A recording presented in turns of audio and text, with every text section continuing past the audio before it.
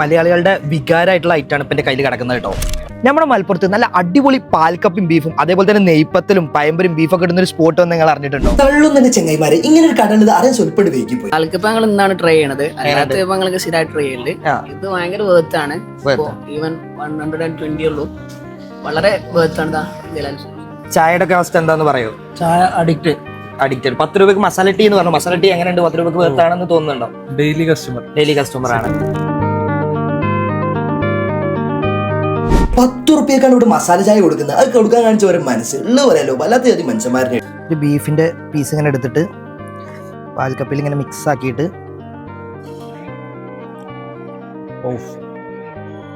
സ്വർഗം. പുറം നല്ലപോലെ മൊരിഞ്ഞ് ഉള്ളു സോഫ്റ്റ് ആയിട്ടുള്ള പയമ്പൊരി, പാകത്തിന് എരുള്ള ഒരു ബീഫും സംഭവം സെറ്റ് ആട്ടോ. രണ്ടും കൂടി തിന്നു കഴിഞ്ഞാൽ സംഗതി റാത്താവും. നെയ്പ്പത്തിലൊക്കെ അത്യാവശ്യം വലുപ്പം കിട്ടും. അത് ആ ചൂടോടെ കിട്ടുമ്പോൾ സുഖം അതൊരു വേറെ. കോക്ടെയിൽ എനിക്ക് ഒരു ആവറേജ് ആയിട്ട് തോന്നി.